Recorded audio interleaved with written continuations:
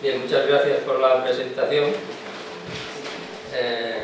Afortunadamente ha sido corta, con lo cual, desafortunadamente tendré que hablar más tiempo yo. O sea, que este es un pequeño problema, ¿no? Bueno, este es el Año Internacional del Suelo, como todos sabemos, ¿no? Y dado que los suelos de áreas mediterráneas son también suelos, pues de alguna manera es el Año Internacional de los Suelos de áreas mediterráneas, ¿no? Luego también tendremos el Año Internacional de los Suelos de Córdoba, que será una conferencia más adelante, y otros suelos de nuestra parte, gran parte de nuestra parte del mundo, valga la redundancia, ¿no? Bien, voy a tratar de ser más entretenido que didáctico, a pesar de que aquí veo una gran masa de gente que ya ha oído mis clases en algún momento. Llevo 43 años, no 40, en el negocio de la apología, y esto quiere decir que el tip didáctico no se me va a quitar, mucho que lo intente, ¿no? Bien, los suelos de áreas mediterráneas. Cuando hablamos de suelos a veces hablamos de suelos mediterráneos, ¿no? Lo que queremos decir con ellos son los suelos de áreas mediterráneas, es decir, los suelos de regiones de clima mediterráneo. ¿Qué es el clima mediterráneo? Un clima, independientemente de todas estas cifras que tenemos ahí delante, lo que hay que saber del clima mediterráneo es que es un clima de inviernos frescos a moderadamente fríos y lluviosos, y de veranos secos y calurosos. O sea, y este clima mediterráneo lo tenemos en distintas zonas del mundo, en la región mediterránea en sentido estricto, evidentemente, y luego pues en Norteamérica, en California, en Sudamérica, en el centro de Chile, en el sudoeste y sur de Australia, en la zona de Ciudad del Cabo, en Sudáfrica. Todas estas zonas tienen clima mediterráneo, pero en conjunto, a nivel mundial, las áreas de clima mediterráneo ocupan una superficie relativamente pequeña, probablemente algo así como entre 2 y 3 millones de kilómetros cuadrados. Y de esta superficie, pues algo así como la mitad corresponde a la región mediterránea en su ¿Qué le pasa al clima mediterráneo? Que tenemos unas temperaturas anuales relativamente suaves. Estas, por ejemplo, ya que estamos de moda con Atenas tiene 18, Roma tiene 16, Cuenca tiene 12, San Francisco en California tiene 14 y Perth en Australia tiene 18.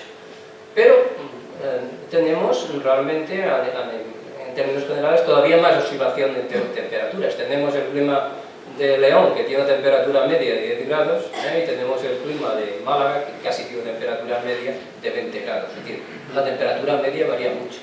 Y varía también la precipitación, de manera que esta sequía estival puede ser más o menos intensa, o esta lluvia invernal también puede ser más o menos abundante. Pero la cuestión sencilla es que nosotros tenemos una falta de agua en el suelo en verano, dentro del año, en el verano, y tenemos un exceso, a veces un exceso de agua en invierno. Si nosotros vamos a un balance de agua, y tenemos aquí el balance de Córdoba, muy cercano a nosotros, ¿no? Si vemos la precipitación, vemos precipitación, evapotranspiración y la diferencia de precipitación y de transpiración, veremos que hay una época del año que esto quiere decir acumulación de agua, que se acumula el agua en el suelo, que se acumula tanto de manera que tenemos un exceso de agua y ocurre lo que nosotros llamamos el lavado, es decir, el suelo se deja atravesar por el agua, el suelo es lavado por el agua en exceso en invierno, y luego más adelante esta agua que hay en el suelo es transpirada por las plantas, es evaporada, el suelo se seca hasta volver al siguiente ciclo anual. De manera que nosotros tenemos una época del año donde el suelo está húmedo, una época húmedo pero el suelo no está muy caliente, una época del año que el suelo está seco y está más caliente, y una época del año que el suelo está húmedo y además estamos perdiendo agua por este fenómeno o este proceso que llamamos de lavado. ¿Qué resultado tiene esto en términos de formación del suelo? El resultado es que no podemos, digamos, tener una gran alteración de los minerales de las rocas que originan el suelo, porque cuando el suelo está caliente, el suelo está seco, y cuando el suelo tiene humedad para que tengan lugar los procesos de transformación de los minerales, el suelo está frío.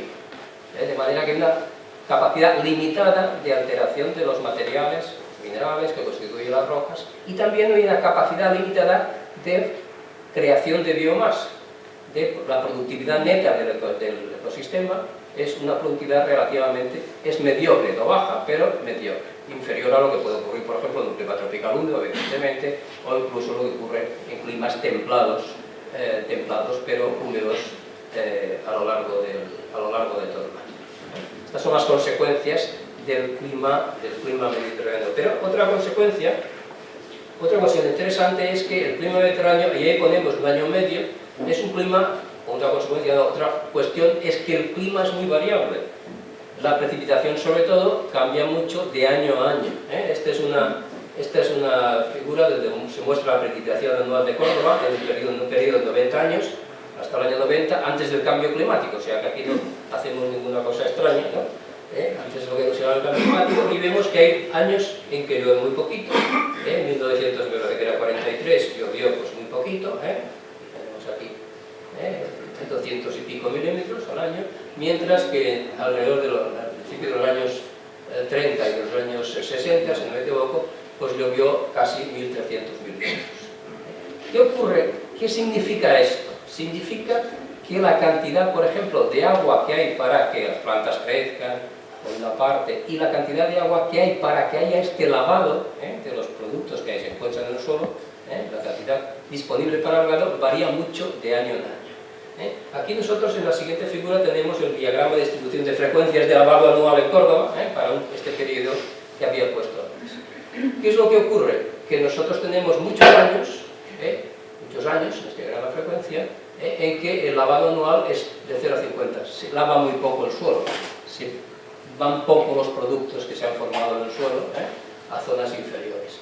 Pero hay un cierto número de años, pocos, pero un cierto número de años, donde el lavado es mucho más abundante. Y de hecho, ha habido un par de años donde, según los cálculos, se ha lavado el suelo con más de 600 milímetros. Es decir, el suelo, en un clima mediterráneo quizá medio, como podría ser el de Córdoba de alguna manera, desde ese punto de vista de lavado, hay una serie de años donde los productos que se han formado en el suelo son lavados, son movidos hacia zonas más inferiores.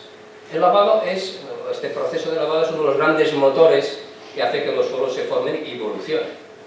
El otro gran motor, de alguna manera, es la acumulación de materia orgánica. O sea que mucha gente que trabaja desde el punto de vista de formación de los suelos, ¿no? Desde el punto de vista de factores de formación del suelo, dice, mire, lo importante que tenemos en los suelos, lo que explica cómo se forman los suelos, de qué manera se forman los suelos, cómo evolucionan, es cómo se acumula la materia orgánica, el grado de acumulación de materia orgánica y la medida que se lavan más o menos por este exceso de agua de precipitación sobre evapotranspiración. Bien, esta es un poquito la historia del clima mediterráneo lo que respecta a los suelos, ¿no? Pero si nosotros vamos a esta ideología, esta manera clásica de ver los factores de formación del suelo, donde se considera como factor de formación el material originario, evidentemente, la roca madre, se considera el clima, se considera el relieve, se consideran los organismos y se considera el tiempo de formación. Los suelos de área mediterránea se encuentran sobre litologías, ¿no? Sobre rocas muy distintas, o sea que hay una fuente de variación importante de unos suelos a otros. También ocurre que las zonas mediterráneas no han sufrido glaciación, no ha habido procesos de glaciación, es decir, que ha habido superficies geomorfológicas, ha habido relieves que han permanecido ahí sin ser alterados, ¿no? por el hielo durante, pues a veces más de 1 millón de años o 2 millones de años, y los hay de 3 o 4 millones de años. Hay superficies que llamamos nosotros geomorfológicas muy viejas, tenemos paisajes muy viejos. Ahí los suelos han tenido tiempo de evolucionar durante meses, años, decenas de años y millones de años. Superficies muy viejas son, por ejemplo, esta superficie de Piedemonte que llamamos, en el norte de Argelia, que la tenemos aquí con un moradito ahí, pequeñito, estamos en Argelia y no en la provincia de Málaga, donde hay cosas muy parecidas, evidentemente, y esta superficie de Piedemonte en el Valle del Renacimiento en Almería, donde de la montaña bajan unas superficies, ¿no? unas plataformas que han estado aquí durante cientos de miles de años. Han estado aquí para que los suelos evolucionen a lo largo de un periodo muy largo. De manera que nosotros tenemos unas fuentes de variación para que los suelos de las áreas mediterráneas sean muy distintos de unos sitios a otros. Tenemos suelos de edades muy distintas, tenemos suelos en superficies geomorfológicas distintas, tenemos suelos en subclimas distintos también, no es lo mismo el clima ya en el Valle del Río Nacimiento, que es un clima mediterráneo casi desértico, ya estamos cerca del clima desértico, que lo que nosotros tenemos en el Valle del Jerte, donde llueve un día sí y otro también, en época de invierno. ¿De acuerdo? O sea, nosotros tenemos ahí fuentes de variación muy importantes. De manera que si nosotros vamos a las regiones biogeográficas de Europa, este es un mapa simplificado de estas, tenemos aquí la zona mediterránea, marcado en color amarillo, los colores a veces nunca se ven muy bien en las pantallas, pero esta es la zona biogeográfica mediterránea. Cuando examinamos la biodiversidad según la edafodiversidad, ¿no? La diversidad edafológica, ¿no? Diversidad de suelos en términos de los índices conocidos, lo que vemos es que la zona mediterránea tiene mayor diversidad, aquí es la tercera zona de mayor diversidad de estas zonas biogeográficas. Si vemos la biodiversidad relacionada con el área que ocupan las distintas zonas biogeográficas, vemos que la región mediterránea es la más diversa desde el punto de vista de suelos, después de la región del Mar Negro, región que por otra parte estos días no podemos explorar con mucha seguridad. ¿De acuerdo? O sea que nosotros tenemos una gran biodiversidad en el área mediterránea, somos muy diversos. De manera que cuando decimos suelos mediterráneos estamos diciendo muchos tipos de suelos, ¿no? Estamos hablando de muchos tipos de suelos, ¿no? La pregunta es, bueno, ¿hay un suelo mediterráneo un poco más típico? Es decir, algo que lo podemos llamar, hombre, ¿qué suelo mediterráneo más típico y más bonito es, ¿no? La respuesta es, hombre, más o menos sí, ¿no? Más o menos sí. Por supuesto, cuando vemos un mapa de suelos de España, pues no nos parece que haya tanta biodiversidad, pero lo que ocurre es que sí hay zonas, o vamos a decir que hay zonas donde se ha desarrollado este suelo mediterráneo típico. ¿Dónde se ha desarrollado este suelo mediterráneo que vamos a llamar típico? Se ha desarrollado en zonas que son geomorfológicamente estables, es decir, superficies más o menos llanas o con poca inclinación, que han estado ahí, sin mayor alteración, sin ser erosionadas, ¿no? Movidas tectónicamente durante decenas, decenas de miles, cientos de miles de años. Y estos suelos tenemos, por ejemplo, aquí cerca de Córdoba, podemos tener estos suelos en las terrazas del río Guadalquivir. Todos hemos viajado, por ejemplo, alguna vez a Sevilla, casi todos hemos viajado a Sevilla, ¿sí? Y cuando vamos en estas superficies llanas, ¿no? Cuando vamos a ir por Palma del Río, por la del Río, etcétera, por ahí, estamos viendo unas llanuras, que son terrazas fluviales, con unos colores unas veces rojos, otras veces amarillos, ¿no? Que representan superficies muy viejas, ¿no? Ahí los suelos han evolucionado durante muchísimos años. Entonces los tenemos ahí para disfrutar de su contenido de vez en cuando. Bien, bueno, si nosotros queremos explicar cómo es un suelo mediterráneo típico, probablemente lo tenemos que explicar desde el punto de vista de cuáles son los procesos más importantes, ¿no? ¿Qué procesos ocurren ahí, ¿no? En la formación del suelo? De una manera general, por supuesto, tenemos que decir que el primer proceso que nos interesa a nosotros y a las plantas y a otras gentes, ¿no? Es el proceso de acumulación de materia orgánica. Esto siempre es lo que ocurre en los suelos, ¿no? Viene una plantita, viene otra plantita, viene un bicho, viene otro bicho, y ahí se está acumulando materia orgánica. Estos seres vivos se mueren, queda ahí la materia orgánica que se va renovando, que va cambiando, que se va acumulando y que llega en una situación más o menos de equilibrio. Por supuesto, esto siempre está ahí, ¿no? La acumulación de materia orgánica, ¿no? Pero desde el punto de vista de los procesos que configuran las distintas capas del suelo o los distintos horizontes, nosotros ya técnicamente, algunos habéis oído hablar de esto ya, algunos por ahí al final, hay unos procesos de los que consideramos como típicos. Un proceso es el llamado de descarbonatación, por el cual, ¿qué es esto? Simplemente el carbonato cálcico que puede haber ahí o el cálcico que hay por ahí se mueve en el suelo, se disuelve, ¿no? Se mueve en el suelo y luego precipita, ¿no? En forma de carbonato cálcico, calcita, ¿no? Este mineral que lo calcita más abajo. Descarbonatación del suelo y, digamos, acumulación a veces de este carbonato en zonas, en horizontes más inferiores del suelo. El segundo proceso típico, que realmente es universal, ¿no? Pero que en el área mediterránea adquiere especial relevancia, es el proceso que llamamos de iluviación de arcilla. ¿Qué es iluviación de arcilla? Simplemente la arcilla, se ponen las partículas de arcilla, es decir, las partículas más finas del suelo, se ponen en suspensión en el agua que se va moviendo en el suelo, y son transportadas hacia horizontes, hacia capas más inferiores. y allí se acumulan, es decir, la arcilla, el componente de partículas más finas, son movidas de un sitio a otro. El tercer proceso, que hablaremos luego, es el proceso de rubefacción. ¿Qué es rubefacción? Eso viene del latín rubus, que quiere decir esto, rubus, o ruber, rubra, rubrum, ¿quién sabe latín? Que me corrija. Es ruber, rubra, que quiere decir rojo, más o menos, ¿de acuerdo? La palabra castellana para recordar es rubor, por ejemplo, ruborizarse, ¿no? La rubefacción simplemente es un proceso de enrojecimiento del suelo. ¿Por qué se enrojece el suelo? Porque cuando se alteran ciertos minerales que tienen hierros, generan un mineral, un óxido de hierro que tiene color rojo, que lo llamamos hematita o hematites, y eso sí nos suena a todos, la hematíes, que son los glóbulos rojos de la sangre, ¿de acuerdo? Es un proceso también general. Luego veremos que hay alguna pequeña trampa ahí, pero lo vamos a dejar así. Y luego hay otro proceso, un proceso que lo ponemos con un color un poco feo, que es el proceso que ocurre a veces a continuación de los anteriores, el proceso de pseudoglaización. ¿Qué es un proceso de pseudoglaización? Un proceso por el cual ahí en el suelo empiezan a haber problemas de exceso de agua, simplemente el suelo no se deja atravesar bien por el agua que se mueve dentro de él. El agua crea este exceso de agua, el suelo saturado de agua crea una serie de problemas, una serie de cambios minerales, por supuesto una serie de problemas para las plantas que vienen ahí, ¿no? Para las plantas, ¿no?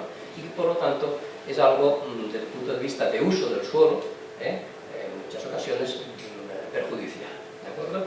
Esos cuatro procesos, por supuesto, se puede examinar un poquito en detalle y digamos que van concatenados, de alguna manera concatenados, para que se formen estos suelos de área mediterránea. Descarbonatación, pues simplemente el proceso consiste, como antes he dicho, en que el carbonato cálcico se disuelve de donde estaba, en los horizontes superiores, capas superiores del suelo, se disuelve y es transportado hacia capas inferiores. He puesto como una figurita donde nos dice cómo evoluciona el perfil de carbonato cálcico en función del tiempo de evolución de los suelos de transpiración, ¿no? Por lo que tenemos simplemente que en el suelo inicial, la terraza más joven, la terraza fluvial más joven, pues es el material que teníamos en esta terraza fluvial, siempre el material que tiene un cierto contenido de carbonato cálcico, tantos gramos por kilogramo de suelo. A medida que pasa el tiempo, este carbonato se va disolviendo y este perfil de acumulación pues pasa, digamos, a este perfil 2. Y ya cuando el suelo es más viejo, el carbonato cálcico se ha movido, ¿no? Ha sido ya disuelto y eliminado los solventes superiores y se acumulan los solventes de abajo, de manera que los solventes superiores, en los tiempos 3 y en los tiempos 4, tiempos relativos, nosotros tenemos 0 de carbonato cálcico, pero en la parte inferior del perfil tenemos más y por supuesto en el perfil 5, el suelo más viejo, ya la acumulación de carbonato cálcico es menor que en los otros suelos, en los horizontes de los otros suelos. Bien, diluviación de arcilla. Lo que hemos contado antes, simplemente la arcilla se mueve de los horizontes superiores del suelo hasta los horizontes intermedios, ¿no? Hasta los horizontes inferiores, sencillamente porque hay, por una serie de razones, estas partículas de arcilla se sueltan de donde estaban agregadas con otras partículas, se ponen en el agua que se mueve del suelo y el agua las transporta hasta que llega a un sitio donde estas partículas se separan y se acumulan en formas más o menos graciosas. Aquí pongo esta fotografía porque es una fotografía que ayuda un poco a despertar cuando ya estamos hablando de cosas un poco más técnicas, que representa simplemente que las partículas de arcilla se han acumulado, como son ellas mismas laminillas, tienen forma de laminillas, se superponen estas laminillas una encima de otras, como un castillo, no como un castillo de naipes, sino como unos naipes, y forman unas capitas, ¿no? Que están dentro de los poros del suelo. Esto simplemente es una imagen, es un corte de un horizonte de un suelo donde este proceso de diluviación de arcilla ha dado lugar a, digamos, grandes masas de partículas de arcilla que están orientadas unas con respecto a otras, ¿no? Y que, digamos, tapizan este poro. Este es un corte al pie, ¿no? Es un corte biselado de este poro donde ha recibido estos recubrimientos, ¿no? Que llamamos cutáneos en términos técnicos de arcilla, ¿no? El proceso de diluviación de la arcilla. Bien, este proceso de diluviación de arcilla pasa una serie de cosas, por ejemplo, que la relación que hay entre la arcilla fina y la arcilla total o la arcilla gruesa en los suelos aumenta a medida que aumenta la profundidad. ¿Qué quiere decir esto? Que la arcilla fina se mueve más rápidamente, más fácilmente que la arcilla gruesa. De manera que nosotros en este movimiento de la arcilla, no solamente hacemos que unos horizontes tengan más arcilla que otros, sino que unos horizontes tengan más arcilla fina en relación a la arcilla total que los otros, lo cual tiene importancia. ¿Por qué? Porque, por ejemplo, a caballo de la arcilla van otros minerales, y a caballo de la arcilla, por ejemplo, van nutrientes, de manera que cuando se mueve la arcilla, en muchos casos también lo que estamos moviendo son nutrientes, estamos moviendo algo que las plantas van a necesitar, ¿de acuerdo? Bien, el fenómeno de rubefacción, enrojecimiento del suelo como consecuencia de que en la evolución de los minerales que contienen hierro se generan otros minerales de hierro, que son los óxidos de hierro, y concretamente, como decíamos antes, este mineral se llama hematites o hematites. Esto es el monasterio San Simeón en Estilita del siglo V en el norte de Siria. ¿Y por qué muestro esto? Sencillamente porque nos muestra la rubefacción en directo. Esta roca caliza, que es la que, digamos, está en las ruinas con la que se construyó este monasterio, esta roca que es un color blanco, más blanco de lo que aparece aquí, un color blanquecito, tiene en su interior impurezas minerales. Cuando esta caliza se disuelve, estas impurezas minerales se alteran y generan estos óxidos rojos. De manera que los sitios donde se altera más la roca, que son estos huecos donde se acumula más el agua, ¿no? Estas zonas donde se acumula más el agua, estas zonas que miran al oeste, se acumula más el agua, están más tiempo húmedas y se altera más, se disuelve más la caliza, se alteran más minerales, aparecen estas pátinas rojas. Esto no hace falta ir al monasterio de San Simeón de Estilita, que era un señor que vivía, como sabéis, en una columna, ¿no?, de 3 metros de altura, primero, y luego llegó a ser una columna de 15 metros, porque la gente, como tenía fama de santo, que era el caso, ¿no?, la gente le solicitaba consejos, etcétera, lo visitaba y de alguna manera lo importunaba. Entonces el hombre fue aumentando el nivel de la columna hasta llegar hasta ahí. No tuvo tiempo realmente de ver el proceso de rubefacción, pero sí lo hemos tenido tiempo de ver en un periodo de unos 15 siglos. En los suelos este proceso de rubefacción toma más tiempo, cuando estamos en condiciones tan favorables, pero al final, al cabo de unos miles, probablemente pocos miles de años, se da también de una forma muy clara. La imagen más, digamos, más característica del proceso de rubefacción es la que ofrecen los suelos, que también hay una en los carteles que tenéis abajo, tenéis en el otro lado, se ve también un suelo característico. Es el proceso más, yo creo que se ve muy bien, como digo, en esos suelos que llamamos tierras rosas, que simplemente quiere decir tierra roja, ¿no?, en este caso en el sur de Italia, pero que los tenemos también muy cerca de Europa. Ahí la caliza se ha disuelto, este residuo se ha alterado, se ha formado un suelo y se ha formado un suelo rojo, porque la caliza, este ambiente de estas rocas calizas, es ideal, ¿no?, para que los suelos evolucionen de esta manera, por una serie de razones en las cuales no vamos a entrar. De manera que cuando nosotros vemos este suelo rojo, sabemos que existe este mineral hematites, o al revés, existe hematites en el suelo rojo, y por supuesto hay una relación muy bonita entre el grado de enrojecimiento, medido de la manera que sea, y el contenido de hematites del suelo. La realidad es que hace falta muy poquita hematites, ¿no?, para que el suelo sea bastante rojo. Es decir, con un 1% de hematites en los suelos tenemos normalmente unos colores bastante rojos. Unos colores rojos que dominan sobre otros pigmentos que tiene el suelo, concretamente sobre otros óxidos de hierro que tienen de colores pardos o colores ocres o colores amarillos. Bien, aquí viene esto del Imperio Romano. Esta es la extensión máxima del Imperio Romano. Me explico. El Imperio Romano se extendió hacia el norte hasta que ya se cansaron de alguna manera, hasta que los derrotaron de alguna manera, ¿no? Pero digamos que se extendieron, digamos, alrededor del clima ameno del Mediterráneo, llegaron solamente hasta una cierta latitud. Y esta es la misma latitud a la cual llega el proceso de rubefacción. Para el proceso de rubefacción, para que estos suelos sean rojos, necesitamos un clima del tipo del clima mediterráneo. El clima mediterráneo ofrece las características ambientales más adecuadas para que haya el proceso de enrojecimiento. De manera que estos suelos de color agradable, estos suelos de color rojo, pardo rojizo, tan vistosos que tenemos, se acaban con el Imperio Romano. ¿Por qué los romanos dejaron de avanzar hacia el norte? Porque los colores ya no eran rojos del suelo, porque tenían bárbaros arriba, no lo sabemos, ¿no? Pero, de hecho, por ejemplo, nosotros en la Gran Bretaña tenemos suelos de color rojo, o más o menos rojo, hasta el muro adriático, que separaba pues ya a los bárbaros del norte de los semibárbaros del sur. De manera que eso es una de las características de los suelos de área mediterránea. Bien, cuando juntamos un poquito de estos procesos y vemos lo que pasa a lo largo del tiempo, aquí tenemos lo que se llama secuencia evolutiva de los suelos. Al principio, este sería el caso, por ejemplo, de un material, de una terraza, de un aluvión del Guadalquivir. Este aluvión tiene carbonato cálcico, esto es esto que llamamos lima, los que cuando ves sabéis que hay una cosa que se llama lima, ¿no? Que uno pues pone en las macetas de su casa, que utiliza en jardinería y demás, ¿no? Pues esta lima, que es lo que técnicamente llamamos un aluvión calcáreo, pero que esta está en inglés, ¿no?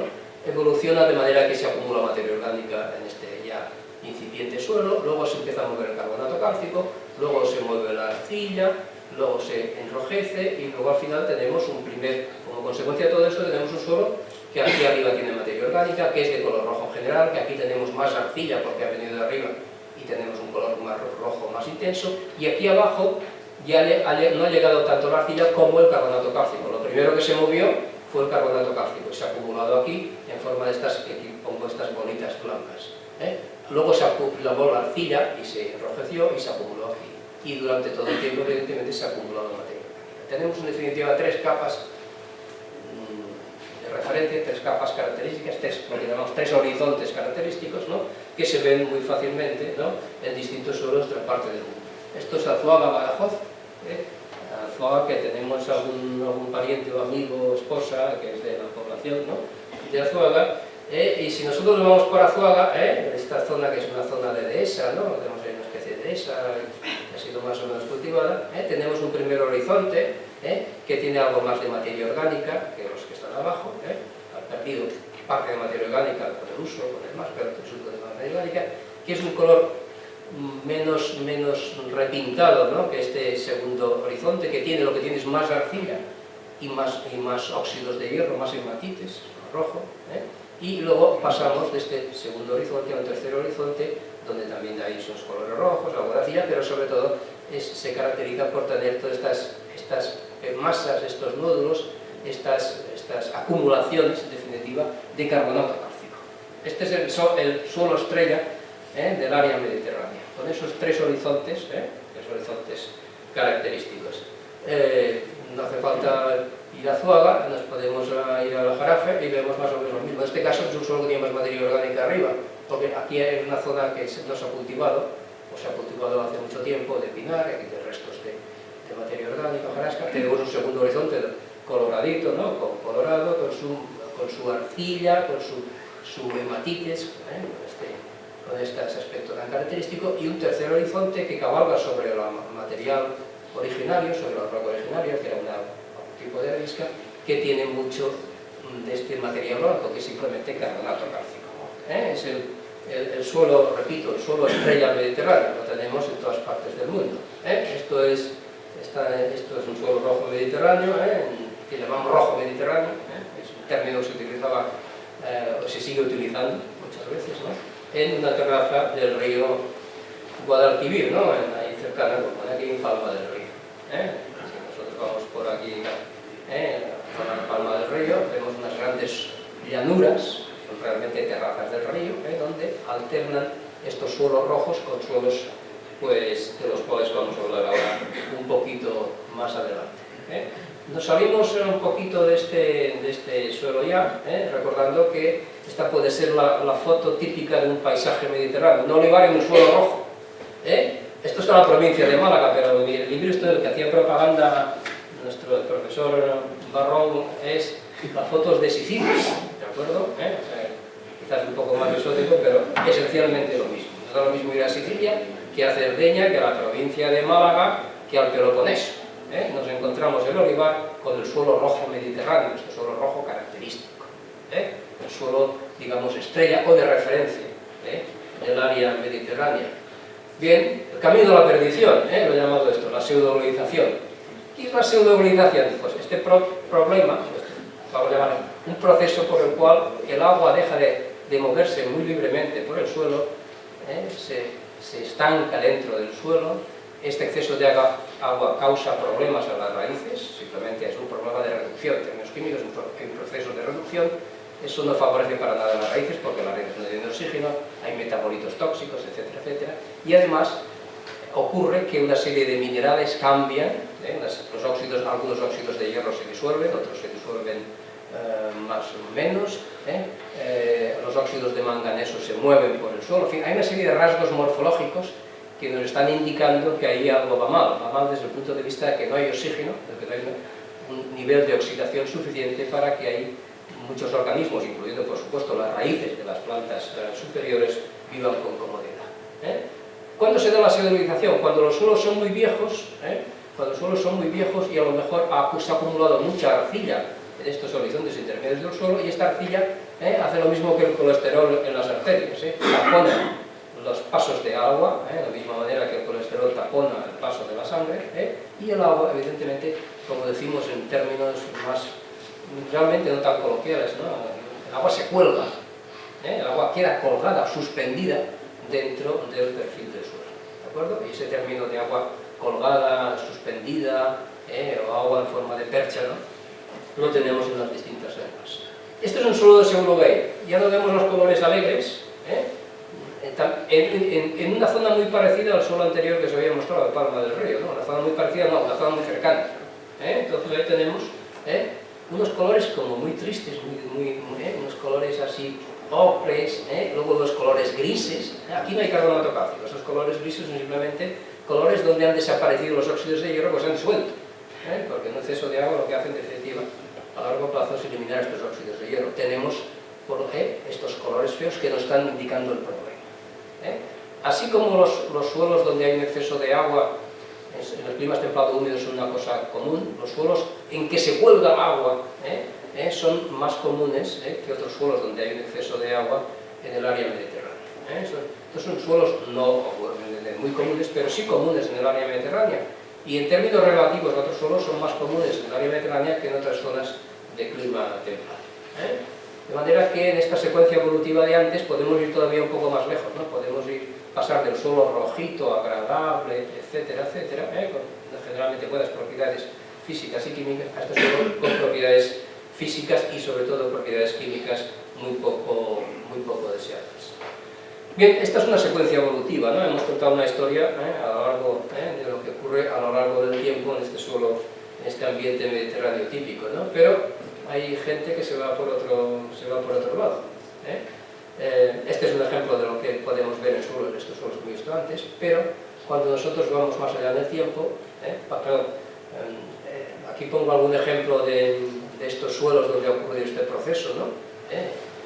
Este es el suelo estrella dentro de los suelos viejos de la zona mediterránea. Este suelo tiene algo así como 4 millones de años.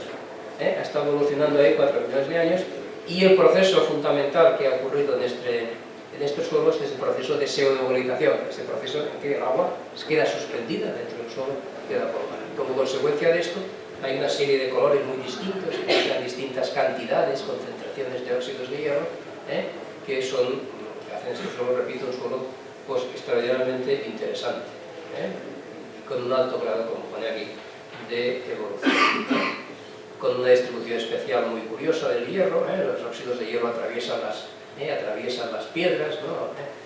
Con unas características, pues, repito, muy curiosas, ¿no?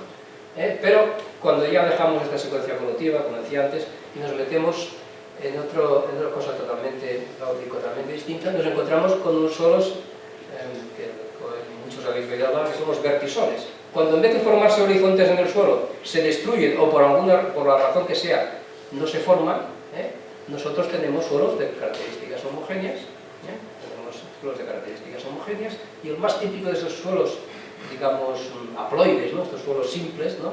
es el vertisol o los vertisoles, ¿no? ¿Por qué se forman los vertisoles? Porque resulta que estos suelos tienen unas arcillas que se hinchan. Cuando se hinchan y luego se contraen, se abren grietas, por las grietas cae material que estaba arriba, y luego se vuelve a cerrar cuando se humedecen, y este proceso se repite n veces hasta que todo el suelo, todo este material se ha mezclado. De manera que nosotros tenemos ahí un suelo en que, de una manera, pues, un general, lo que tiene es un horizonte. Ahí no hay horizontes distintos, como en el caso anterior tenemos un horizonte. Los vertisoles son comunes, pero no abundantes en el área mediterránea. De manera que en las áreas mediterráneas a nivel mundial a lo mejor solo ocupan un 3% de la superficie total de los suelos, pero son suelos curiosísimos, los tenemos muy cerca de nosotros, como sabéis, ¿no? La campiña de Córdoba, las campiñas andaluzas en general, abundan, porque se dan las condiciones para que ocurra este proceso de mezcla de horizontes y demás. Son suelos arcillosos, muy pesados, que decimos, con unas características absolutamente distintas de otros suelos. A nivel mundial son suelos con una fertilidad muy buena. Los grandes productores en muchas zonas del mundo de algodón, son buenos suelos a veces para zonas de regadío, etc. No vamos a entrar en detalle en esto, pero decir que los vertisoles representan algo común, como repito, no abundante en el área mediterránea, y representan un poco lo opuesto a todos los demás suelos. Los vertisoles, no vamos a entrar en detalles aquí, ¿no? Pero los vertisoles tienen ese tipo de arcilla que da esos procesos de expansión y contracción porque lo heredan del material originario, ¿no? De la roca originaria, o simplemente pues, se forman. Porque en el área mediterránea, en las secuencias de suelos en el área mediterránea, en las laderas, pues hay gran tendencia a formarse estos minerales expansibles, estos minerales, digamos, que originan los vertisoles en las partes bajas de las laderas. No vamos a entrar, repito, en detalles en esto, es una cosa ya más técnica, ¿no? Y sí decir que, bueno, hemos hablado del suelo rojito típico, hemos hablado de los vertisoles, que representan la oposición a este suelo rojo típico, pero la realidad es que hay otros muchos suelos de la área mediterránea que responden a climas distintos, que responden a subclimas distintos, que responden al hecho de que los materiales originarios son muy distintos. No es lo mismo tener un aluvión, una lima en el valle del Guadalquivir, que tener una arena, ¿no? Que tener una arena en Doñana, ¿de acuerdo? De manera que ciertos materiales pues, dan suelos muy distintos. Y sobre todo, el área mediterránea es un área muy castigada por el relieve. Los relieves son muy movidos, tenemos pendientes muy altas, tenemos zonas montañosas, tenemos, en definitiva, unos relieves relativamente jóvenes. Cuando nosotros tenemos unos relieves, unas pendientes más o menos altas, los suelos tienen ni mucho tiempo ni muchas ganas de evolucionar. De manera que a medida que el suelo se va formando, también va desapareciendo por erosión, por movimiento a lo largo de la ladera, etc. Es decir, cuando nosotros tenemos un relieve no agradable, por ponerlo de esta forma, los suelos son más jóvenes, los suelos son menos evolucionados.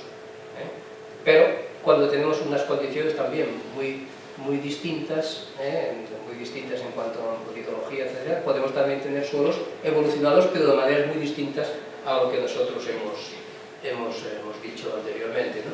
En definitiva, ahí tenemos suelos, este suelo técnicamente se llama Potsol, ha tenido unos procesos absolutamente distintos de los que hemos contado antes, y sería un suelo mucho más parecido a lo que tenemos nosotros, lo que tenemos en el centro del norte de Europa, lo que tenemos en Escocia, que lo que tenemos, por supuesto, en Cáceres, ¿de acuerdo?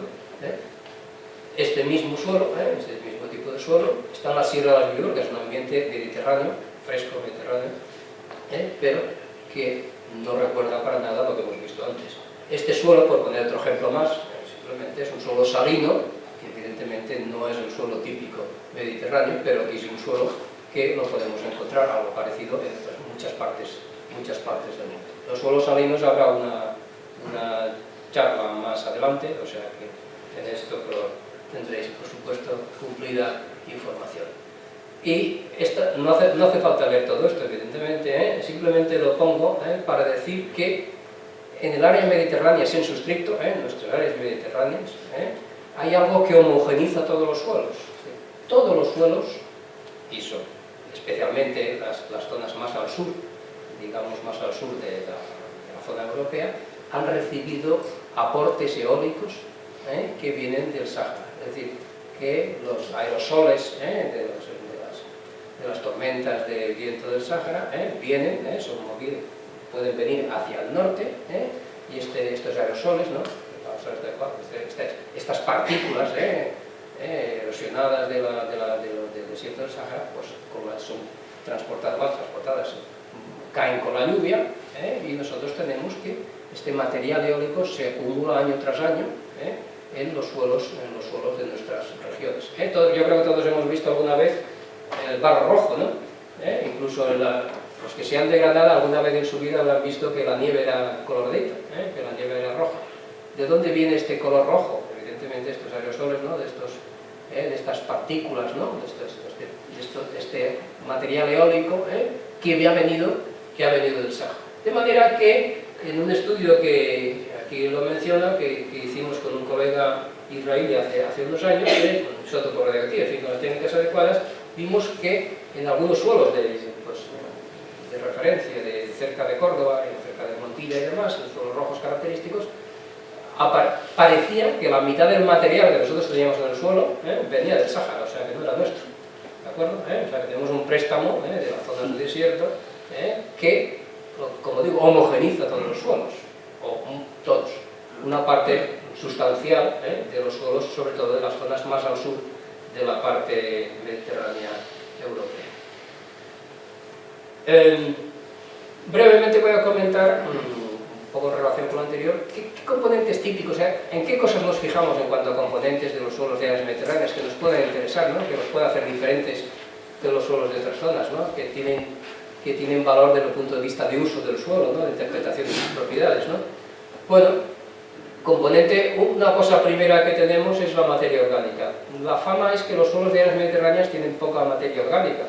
La realidad es que no es tan poca. O sea, que uno de los mitos, ¿no? Que tenemos en la agricultura mediterránea, los suelos tienen muy poca materia orgánica y tal y cual. No, la realidad es que no son tan pobres en materia orgánica. Por supuesto, es un caso un suelo forestal, en la cordillera costera catalana, donde tenemos mucha materia orgánica, ¿no? Pero incluso cuando vamos a los suelos agrícolas, pues los contenidos son relativamente altos. Esto es la provincia de Soria, es un estudio de hace unos años, donde pues, nos muestra los contenidos de materia orgánica de los suelos, ¿no? La media es una media muy agradable, es 1,9 la provincia de Soria, lo cual no tiene mucho que envidiar a los suelos que hay en las zonas cultivadas de Inglaterra. O sea que los que conozcáis el tema, Rotherham, ¿no? La típica granja experimental de 150 años con todos sus suelos y demás, pues tiene contenidos de materia orgánica de ese orden o menos, cuando realmente no ha habido pastos, no ha habido pues una fertilización adecuada, ¿no? O sea que no hay que digamos, darle excesiva importancia al hecho de que los suelos pueden tener materia orgánica. Esta es la provincia de Córdoba, aquí hay menos, en razón de cuestiones climáticas, etc., sigue siendo la media 1,4%. Y sorpresivamente, cuando nosotros hemos estudiado suelos de olivar, más de olivar, hemos encontrado el suelo es absolutamente blanco, suelos sin mucho carbonato cálcico. Nos parece blanco, dice, esto no va a tener 0% de materia orgánica, ¿no? Resulta que tiene un 1,5%, 2% a veces, ¿no? O sea que no tenemos tanta pobreza de materia orgánica, lo cual no es tan malo. Pero hay una cosa interesante aquí, no miréis demasiado la figura, ¿no? La cosa interesante aquí es que la materia orgánica es un componente a veces problemático. Resulta que a veces, aunque el suelo tenga un cierto contenido de materia orgánica, no tenemos suficiente materia orgánica para tener algunas de las buenas cualidades que le da la materia orgánica al suelo, por ejemplo la formación de estructura. Y la realidad es que en nuestros suelos, aun teniendo una cierta cantidad de materia orgánica, muchos de ellos, lo que nos ocurre es que se dispersan al agua, lo cual es la primera parte del proceso de erosión. Una de las cosas problemáticas que podemos tener en un suelo es que se disperse fácilmente con el agua, que no tenga una buena estructura, como decimos, y que estas partículas dispersadas se las lleve el agua que escurre en la superficie del suelo, ¿no? Entonces, lo que nosotros hemos visto en suelos que tienen un contenido de materia orgánica no tan bajo es que los valores de la cantidad, ¿no? La proporción de arcilla dispersable en el agua es muy alta. Simplemente pongo esto gráfico para mostrar, esto es un estudio que predecíamos y medíamos estos valores de arcilla dispersable en agua, para decir que los valores que tenemos de arcilla dispersable en agua son muy altos. Estos gramos por kilogramo, o sea que muchos suelos pues tienen valores de 100 gramos por kilogramo de arcilla dispersable al agua, lo cual es realmente perjudicial. Y esto en parte se debe al hecho de que tengamos materia orgánica, pero no en cantidad suficiente para que aquellos esté bien fijada esta arcilla al suelo, pero sin cantidad suficiente para proporcionarle a veces una movilidad a esta arcilla, ¿no?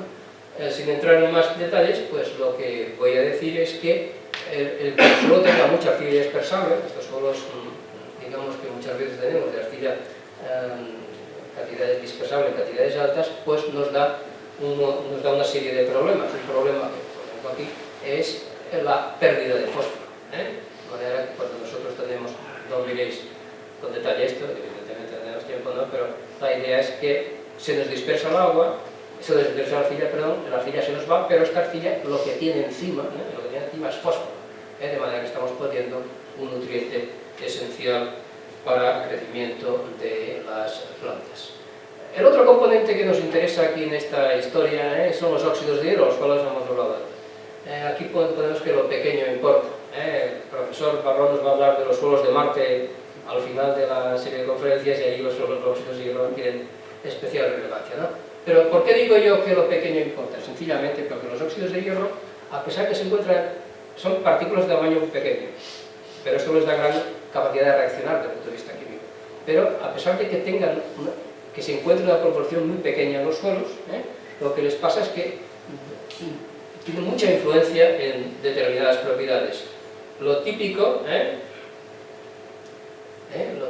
es que tengan gran capacidad de absorción de fosfato. ¿Qué quiere decir esto? Simplemente cuando nosotros tenemos más óxidos de hierro en el suelo, estos óxidos de hierro captan, absorben, toman el fosfato y por lo tanto lo quitan de la disolución, que es donde lo toman las plantas. De manera que los óxidos de hierro están compitiendo con las plantas por el fosfato. Ahí tenemos un aspecto muy importante de los óxidos de hierro. El otro aspecto es que los óxidos de hierro tienen que ver con la acumulación de fosfato en el suelo en formas más o menos disponibles. Y esto simplemente, aquí estas gráficas lo que muestran es simplemente que de acuerdo con el contenido de óxido de hierro de un suelo u otro, que es lo que se muestra aquí, nosotros lo que tenemos simplemente es que la pérdida de disponibilidad, el fósforo que digamos desaparece del sistema es más o es menos. Y por supuesto no hace falta que os leáis todo esto, sino simplemente tengamos la idea esta.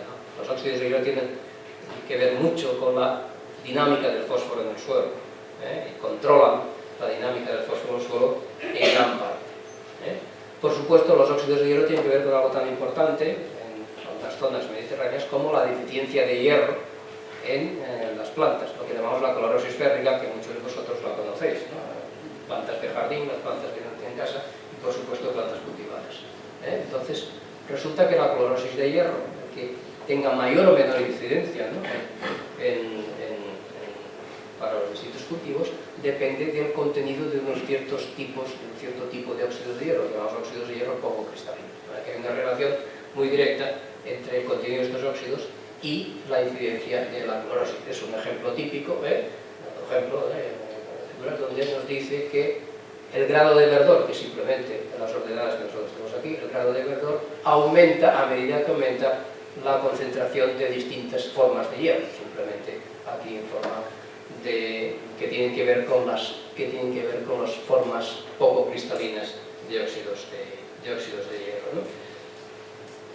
Y para no ser muy pesado, pasamos al carbonato cálcico, calcita. La calcita es un componente escurridizo y al que además lo come el terreno. ¿Qué quiere decir esto? Que los libros de texto dicen muchas veces que la caliza es muy importante, que es, pero no es, para determinar la clorosis férrica, es muy importante para la dinámica del fosfato, pero sin embargo, en muchos casos otros componentes del suelo, desde un punto de vista al menos estadístico, resulta que tienen más relevancia que el carbonato cálcico, que la calcita, este componente importante de los suelos. El problema de la calcita es que no sabemos qué hacer con ella desde el punto de vista de análisis. Me explico. El efecto que tiene la calcita en los suelos, o las propiedades de los suelos, no se puede medir de una manera clara. Me explico otra vez. En los laboratorios nosotros determinamos la cantidad total de carbonato cálcico, la concentración de carbonato cálcico del suelo, pero eso no nos explica lo que ocurre. Tampoco nos lo explica lo que ocurre con la calcita, un índice que se ha utilizado durante 60 años o 70 años, que es lo que se llama la caliza activa, la caliza tamaño fino.